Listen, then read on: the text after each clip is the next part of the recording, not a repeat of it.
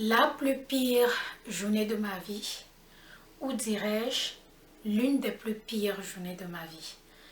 Et je pense que je vais pouvoir vous raconter cette histoire sans toutefois pleurer. Allons-y, allons-y. Hello tout le monde, salut la famille, j'espère que vous allez bien et que la santé ça va. Je m'excuse pour mon petit silence, j'étais très occupée ces derniers temps par le travail et des petites occupations et tout, mais je suis de retour et cette fois-ci nous allons avoir de très bonnes vidéos presque tous les jours, je vous le promets. Et bien sûr, si vous êtes nouveau ou nouvelle, merci d'être là. Si vous êtes ancienne, merci d'être là. N'hésitez surtout pas de me rejoindre sur Instagram, Belle Bijou officielle, pour ne pas rater tout ce que je poste sur Instagram. Alors, j'ai décidé de prendre mon courage à deux mains et venir vous raconter ce qui m'est arrivé il n'y a pas très longtemps, environ un mois et demi.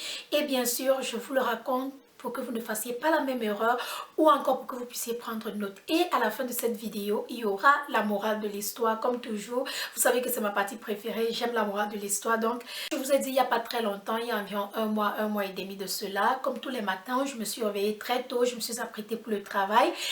J'ai fait une bonne tasse de thé, j'ai apprêté les enfants pour la crèche et tout. Et je suis allée au travail, voilà, je suis allée au travail sans problème. La journée s'est bien déroulée, tout s'est bien passé. Il y a des gens qui sont morts, il y a des gens qui ont guéri, il y a des gens qui sont venus, il y a des gens qu'il fallait qu'on traite et tout. Donc tout s'est bien passé en général. Et ce jour, je travaillais une demi-journée, donc j'ai travaillé de 7h à 15h ce jour. Mais je suis restée jusqu'à 15h30 parce que j'avais des petites notes à mettre dans notre carnet d'infirmière. Alors quand j'ai fini de faire tout ce que j'avais à faire à mon lieu de service, j'ai démarré ma voiture comme je l'ai fait le matin quand j'allais au travail. Je suis entrée dans ma voiture et j'ai pris la route et j'ai commencé à conduire. J'ai appelé mon mari et je demandais à mon mari s'il faut acheter quelque chose, s'il faut quelque chose au frigo, si les enfants ont besoin de quelque chose. Et pendant que j'étais au téléphone avec lui, du coup, mon frein arrête de fonctionner. Et la raison pour laquelle j'ai constaté que mon frein ne fonctionnait pas, c'est parce que devant moi, pas très loin, le feu était rouge et je voyais déjà les voitures en train de s'arrêter. Donc je voulais m'arrêter un peu plus loin juste pour ne pas cogner la personne qui était devant moi. Mais j'étais au téléphone avec lui et je dis à mon chéri, mais mon frein n'est pas en train de fonctionner. Je sais pas pourquoi mon frein ne fonctionne pas.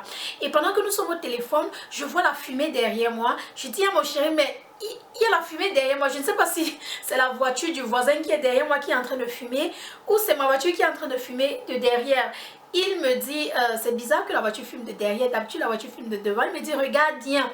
Et je dis, mais ça ne s'arrête pas, ça ne veut pas s'arrêter, que dois-je faire? Il me dit, ok, gare à côté, gare à côté. Je dis, je ne peux pas. De l'autre côté, il y a une chaussée qui descend avec des arbres. De l'autre côté, il y a un mur avec des boutiques. Il me dit, va du côté du mur, cogne le mur, fais ce que tu as à faire. Je vous le raconte comme si c'est quelque chose qui s'est passé en 10 minutes. Non, mais c'est quelque chose qui s'est passé en 2 minutes. C'est-à-dire, tout était rapide. Imaginez, vous êtes au téléphone, vous parlez, qu'est-ce qu'il faut que j'achète et du coup, baby, la voiture ne fonctionne pas, il y a la fumée, mais qu'est-ce que je fais?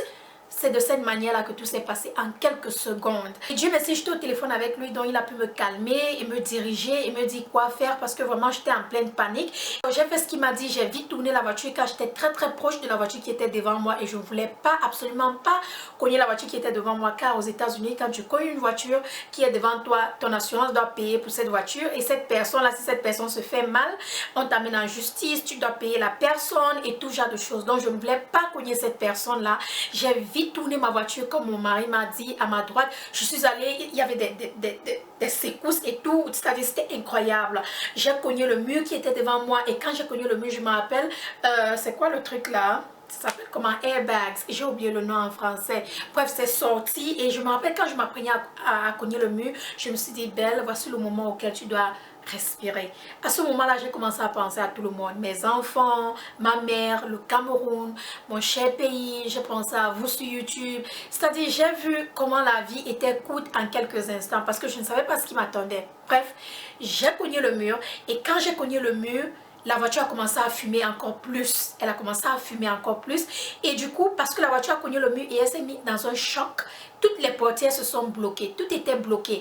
J'ai vu, il y a des gens qui venaient, les gens qui essayaient d'ouvrir les portières pour me sortir de la voiture, mais ils n'arrivaient pas. Les gens essayaient de chercher ce qu'ils peuvent prendre pour casser les vitres, mais ils n'arrivaient pas et tout. Bref. Oh, c'était incroyable, c'était incroyable. Et du coup, j'étais toujours au téléphone avec mon mari et mon téléphone était dans le Bluetooth. Donc, et ça fonctionnait toujours. Il me dit, va dans la malle, va dans la malle. Donc, nous les femmes, c'était pas amusant en ce moment, mais maintenant c'est amusant. Et je me dirige donc vers la malle. Je me rappelle que j'ai oublié mon sac devant. J'ai dit à mon mari que je vais aller prendre mon sac. Il me dit, oublie le sac, va dans la malle. Je dis non, je vais aller prendre mon sac. Je suis allée, j'ai pris mon sac, il n'y avait rien d'important dans mon sac. Mais je pensais au prix du sac, ok?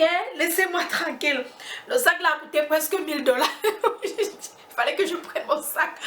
Donc, je suis repartie, j'ai pris mon sac. J'avais même aussi laissé mon téléphone sur le siège. J'ai pris mon téléphone, j'ai pris tout ce que j'avais à prendre. Je suis repartie à la malle. Et mon mari me dit, regarde là derrière, tu vas voir, il a des trucs là qu'il utilise souvent pour changer les roues. Ou encore si la voiture fait un accident, des trucs comme ça. Donc, il m'a dit, il y a quelque chose à en faire. Prends ce que tu vois, commence seulement à battre le mur. Et le mur, pas le mur, je veux dire les vitres. Et les vitres à la malle sont faites avec un plastique dur, donc pas facile à casser.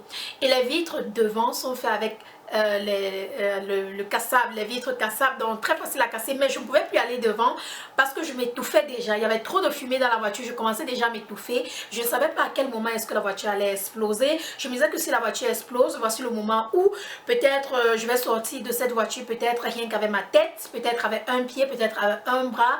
J'ai commencé à prier, je vous assure, j'ai vu ma vie se terminer en un temps, deux mouvements, et c'était incroyable, c'était très effrayant. J'ai vu un morceau de fer que mon mari utilise souvent pour serrer les boutons de roue là et tout. J'ai commencé à frapper, j'ai commencé à frapper, j'ai commencé à frapper, et j'ai vu comment ça commençait déjà à se casser. Pendant que je frappais, ça se cassait, je n'arrivais plus à respirer, il y avait trop de fumée, il y avait des gens à l'extérieur qui disaient knock knock, donc ça veut dire cogne cogne cogne, et je cognais, je cognais. Finalement, quand ça s'est un peu déchiré, les gens commençaient à tirer la vitre et tout.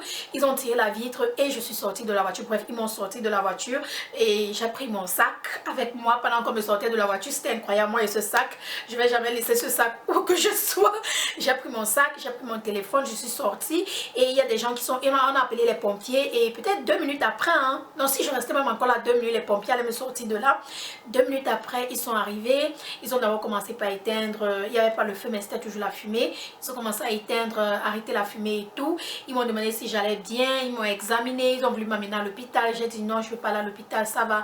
Ils m'ont dit non, tu as aspiré cette odeur, on ne sait pas ce qui s'est brûlé, donc tu as pu aspirer des choses, il faut que tu ailles à l'hôpital. J'ai dit ok, ils m'ont amené à l'hôpital, on a fait des examens, mon mari est venu à l'hôpital, plus tard avec des enfants, tout allait bien, j'allais bien. Donc voilà ce qui s'est passé il n'y a pas très longtemps de cela. Et je n'avais même pas le temps de prendre les photos. Je n'avais même, c'est-à-dire à ce moment-là, vous ne pensez à rien. Vous ne pensez ni aux photos, ni aux vidéos. À ma grande surprise, les gens ne faisaient même pas les photos, ni les vidéos. Les gens essayaient plutôt de me sortir de la voiture. Et j'ai été très, très touchée par ce geste. Parce que je sais que de nos jours, quand quelque chose de la sorte est en train d'arriver aux gens, c'est tout le monde qui sort leur téléphone pour filmer, pour voir ce qui se passe, surtout chez nous en Afrique. C'est incroyable. Mais par contre, ici, ils ont essayé de me sortir de la voiture. Ils criaient, ils appelaient les pompiers, ils faisaient tout genre de choses juste pour que je puisse sortir de la voiture. Je suis sortie sain et sauf et je suis ici aujourd'hui. Morale de l'histoire, morale de l'histoire. Cet accident, c'est-à-dire tout ce qui s'est passé, m'a poussé à comprendre que quand la mort vient te prendre, ça ne te donne pas de rendez-vous. Ça ne frappe pas à ta porte. Ça te prend à tout moment. Qui sait? Peut-être j'ai survécu cet accident à cause de quelque chose que j'ai fait quelque part, peut-être à cause de quelque chose de bien. Peut-être mon bien a été payé de cette manière, ou peut-être c'est une manière de Dieu de me montrer, de faire plus attention, ou d'arrêter de faire certaines choses. Parce que vous voyez, quand quelque chose vous arrive, il faut essayer de lire entre les lignes.